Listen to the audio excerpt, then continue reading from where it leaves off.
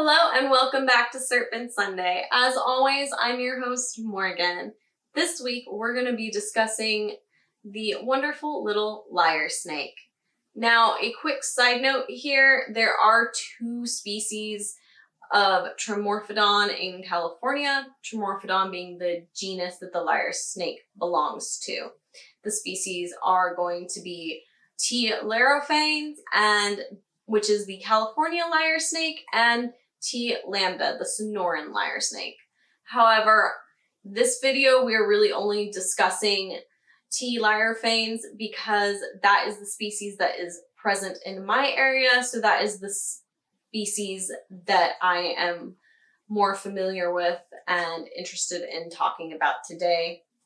The field guide I do use, however, does group them in with one other species of lyre snake because they are very similar. So in general, their identifications are going to be nearly the same, and where you're going to look for them is just going to be the thing that distinguishes what species you're looking at.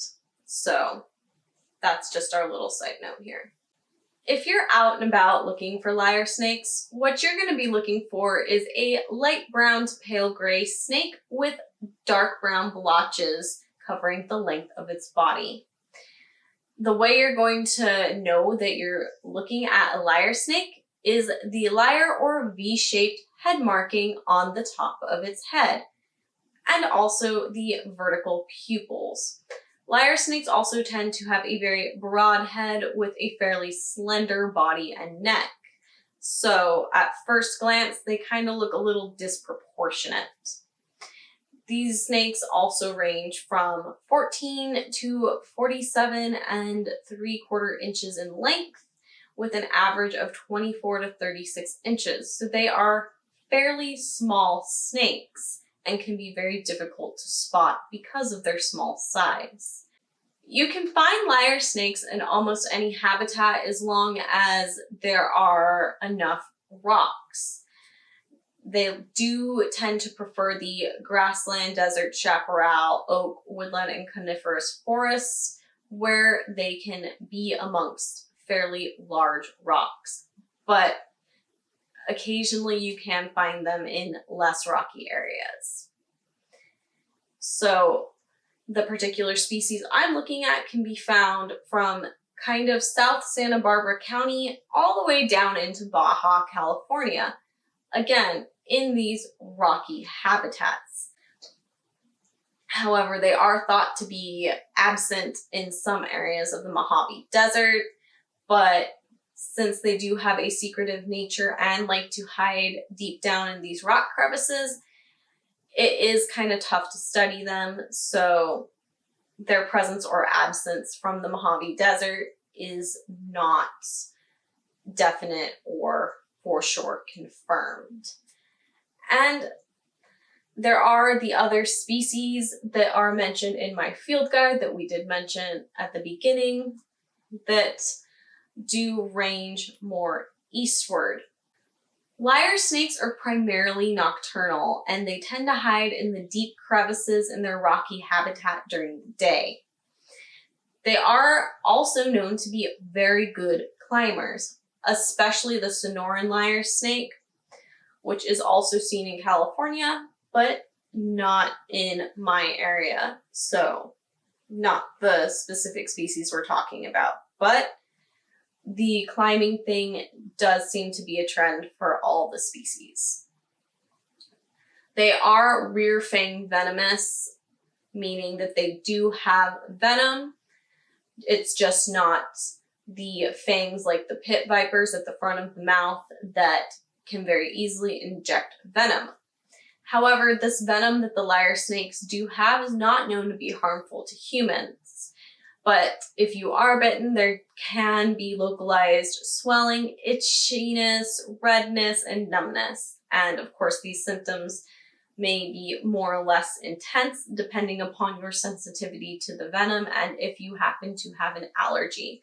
So it's kind of similar to the hognose snakes, which are a common snake for the pet trade and are bred pretty often. Again, those snakes, their bites have been likened to a bee sting in intensity, but of course, if you do develop an allergy, it's much more serious if you were to be bitten. So lyre snakes, because they are rear-fang venomous, kind of chew their mild venom into their prey, which they like to feed specifically on small lizards, birds, small mammals, and even smaller snakes. And there is some evidence that they may use constriction to catch their food. But in general, it is going to be the venom in most cases. And of course, this venom is a good way for them to defend themselves.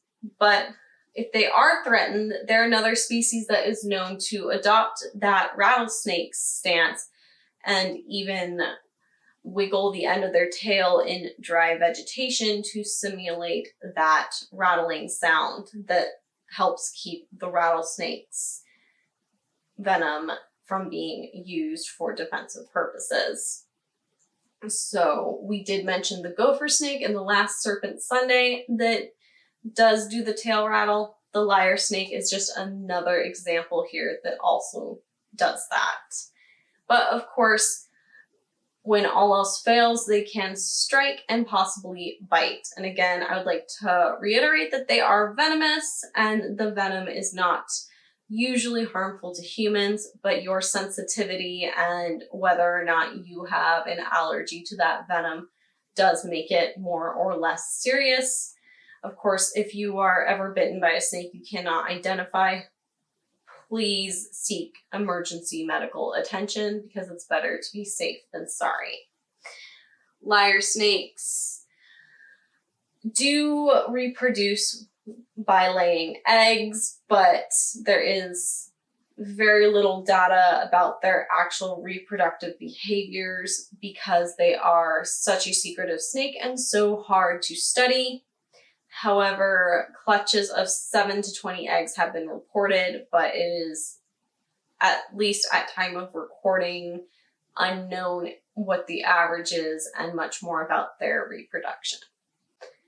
Well, that's all I really have for you guys this week. I hope you enjoyed learning a little bit about this pretty little gawky, awkward snake that can't seem to get its proportions right.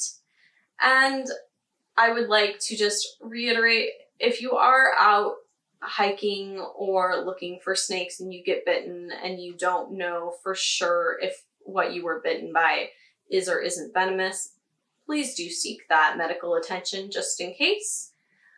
But do remember that even venomous snakes are not necessarily going to be deadly to humans. The lyre snake is a specific example. And I do hope that you have a wonderful rest of your morning, day, afternoon, evening, night, what have you, and I will see you all in the next one. Thank you again for watching this video. Don't forget to like, comment, subscribe, and ring that bell if you would like to see more. And if you'd like to follow me on any of my other social medias, the links are down in the description below. Don't forget to check out thereptilegoth.com for all of my articles and blog posts. If you found any value in this video and you would like to help support the channel, please check out my Patreon page. That link is also in the description down below. And a special thanks goes out to my Diamond Dragon patron, Diane B. What you're doing is really helping me fund a dream here. I will see you guys all in the next one.